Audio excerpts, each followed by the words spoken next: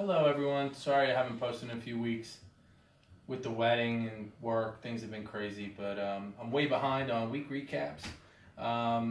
Couple notes, things have been kind of crazy in the league. Melissa beat Janine last week by 1 point, which was insane. Some other really crazy close games. Basically everyone's still in it, everyone's still really jumbled up in the middle. What I really want to talk about is the waiver acquisition process and the playoffs.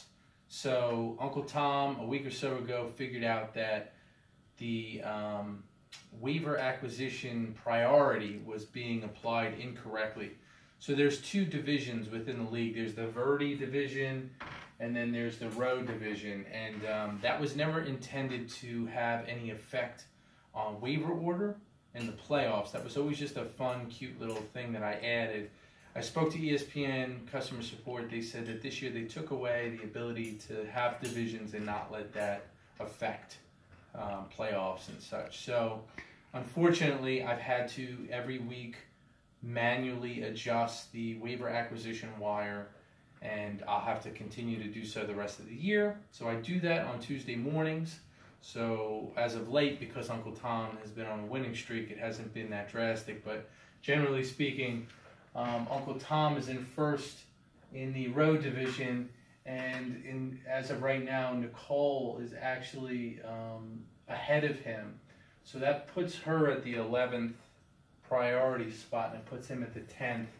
But as the year plays out, you'll see me manually adjusting that.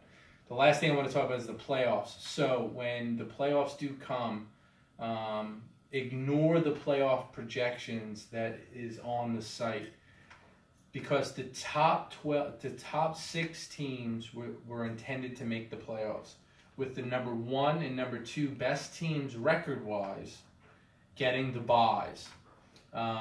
Any tie for playoffs in terms of record is reconciled by points for, total points for. Okay, that is the first tiebreaker and pretty much always the only tiebreaker necessary. So if Melissa and I tie for the 6th playoff spot record-wise, it would not be a head-to-head tiebreaker. It would just be points for. It's the more accurate determining factor on which team performed best throughout the year. So that being said, when the playoffs do come, it's likely that I'll have to adjust some seeding based on just the top 6 teams because it's being impacted by the divisions. So try to keep that in mind as the playoffs are approaching. It's just the top 6 teams overall, and I will rank them 1 through 6, and points for is the tiebreaker. So make sure you're always trying to get as many points as you can each week, because that'll probably be the determining factor of you getting into playoffs or not. So I hope that's clear. There's been an incredible amount of activity lately with a bunch of trades.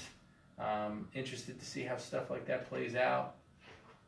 I hope everyone had fun at the wedding. It was really nice to see everyone who was there.